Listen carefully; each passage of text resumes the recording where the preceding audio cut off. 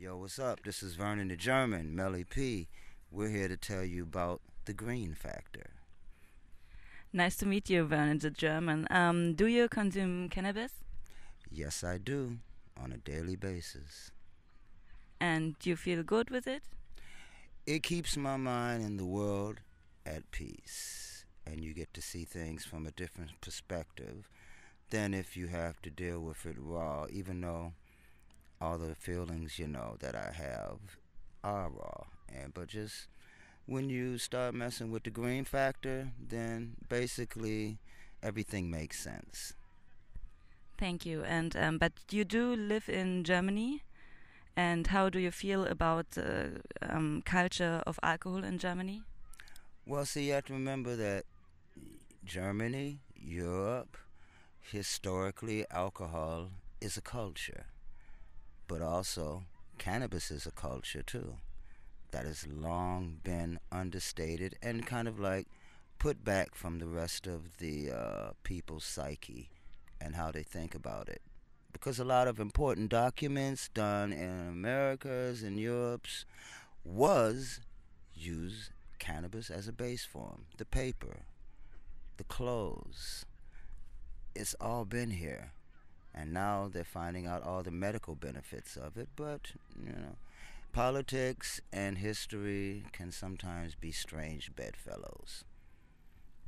Thank you very much. Would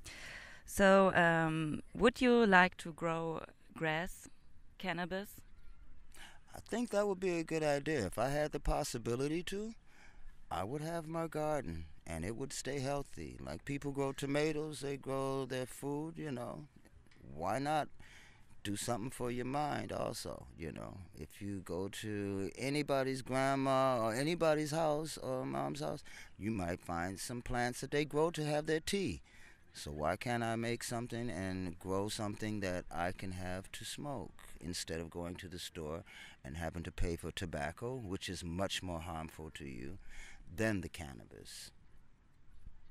So when you get cannabis, was it always pure cannabis, or did you make any experiences that there was other substance between it? No, never. And if there was, I would discard it immediately. But up to this point, I've been very lucky and people have been very kind to me, and I've always got stuff from Mother Earth, from the ground, and it was pure. Okay, so earlier you said it's also a certain medical factor in cannabis. So would you think or should cannabis should be legal in Germany? Yes, it should, because the problem is, like we said before, as alcohol has a historic aspect in Europe,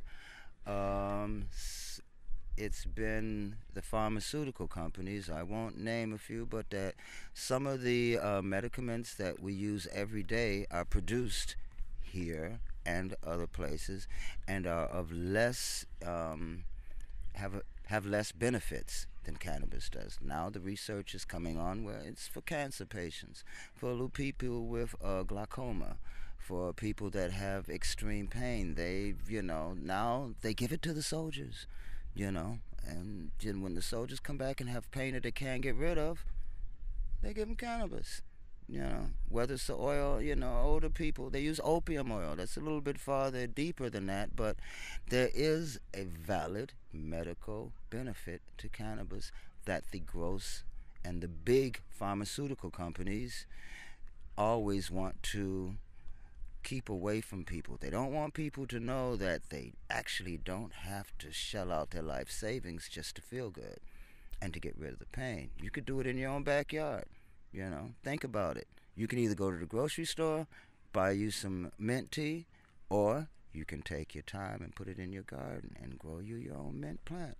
My mom used to do it for years. Every morning, open the kitchen window, you'd smell the mint. So why not open your window and say, oh, okay, you know what? Instead of going out here and dodging the police and this and that, it's in my backyard. But people don't want that to happen because then they start to figure out, you know what, I really don't need all these man-made medicine. Use it from the ground. Thank you. And what would you say or prefer personally, to smoke it or to eat it or in different kind of forms or drink it? However your body or your condition can handle it. That's the cool part about cannabis. It can be consumed in many different ways. It can be edible, you can use it as a drink, you can even cook with it, you know. So it's like, why not? Think about aspirin. You got a headache, you want to cook some aspirin? Yeah. So cannabis has a lot of benefits, and whatever the way your body accepts it and handles it is a benefit, you know, and a plus for me. So for me, that makes sense. It takes away a lot of the other stigma. Think about every time you buy a package of tablets of medicine, what do you have to read? You have to read a long, tiny little instruction booklet and then worry about if you're allergic to it. How many people you know are allergic to cannabis? There are some out there. Let me know. But I haven't met too many. And what do you think about CBD cannabis?